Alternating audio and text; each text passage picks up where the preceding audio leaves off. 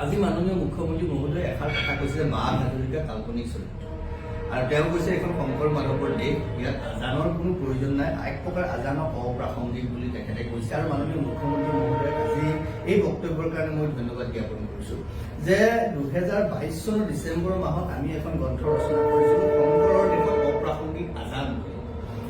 এই গোটেই কথাটো আমাৰ কথাবিলাকত যি সময়ত বহুতে আপত্তি দৰ্শাইছিলে, আজি মুখ্যমন্ত্ৰী মহোদয়ে সেই কথাখিনিকে যেতিয়া কৈছে যে সঁচাকৈ শংকৰৰ দেশত আজান অপ্ৰাসংগিক, মই ব্যক্তিগতভাৱে সন্তুষ্ট হৈছোঁ। আৰু এই আত্মসন্তুষ্টিৰ কাৰণে ৰাইজক কথাবিলাক জনাবলৈকে আমি স্পষ্টভাৱে লিখা মেলা কৰি আছোঁ যে শংকৰৰ দেশত আজান অপ্ৰাসংগিক। কিয়?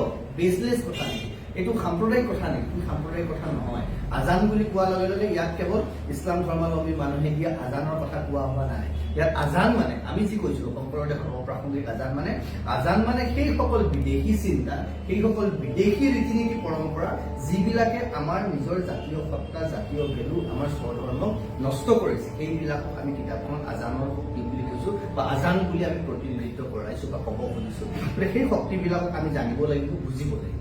কাৰণ আমি অসমীয়া, আমি শইকীয়া, কলিতা যিয়ে আছোঁ, যি ধৰণে আছোঁ, আমাৰ নিজে নহ'লেতো ময়ো হুছেইন হ'ব পাৰিলোহেঁতেন, ময়ো থমথম হ'ব পাৰিলোহেঁতেন, কিন্তু মই বৰা হ'লোঁ। কি কাৰণে হ'লোঁ? সেইটো মোৰ পৰিচয়।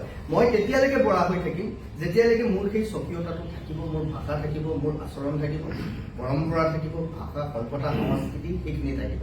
গতিকে সেইখিনি সকলোৱে ৰাখক, তেতিয়াহে আমি অসমীয়া জাতিটো থাকিব, তেতিয়াহে আমাৰ গোটেই বিষয়বস্তুবিলাক থাকিব, সমাজখন থাকিব, ভৌগোলিকভাৱে আমি সুৰক্ষিত হৈ থাকিব। গতিকে মাননীয় মুখ্যমন্ত্ৰী মহোদয়ে স্পষ্ট কথাখিনি কোৱাৰ কাৰণে এই ধৰণে কাম কৰাৰ বাবে ধন্যবাদ। এটা কথা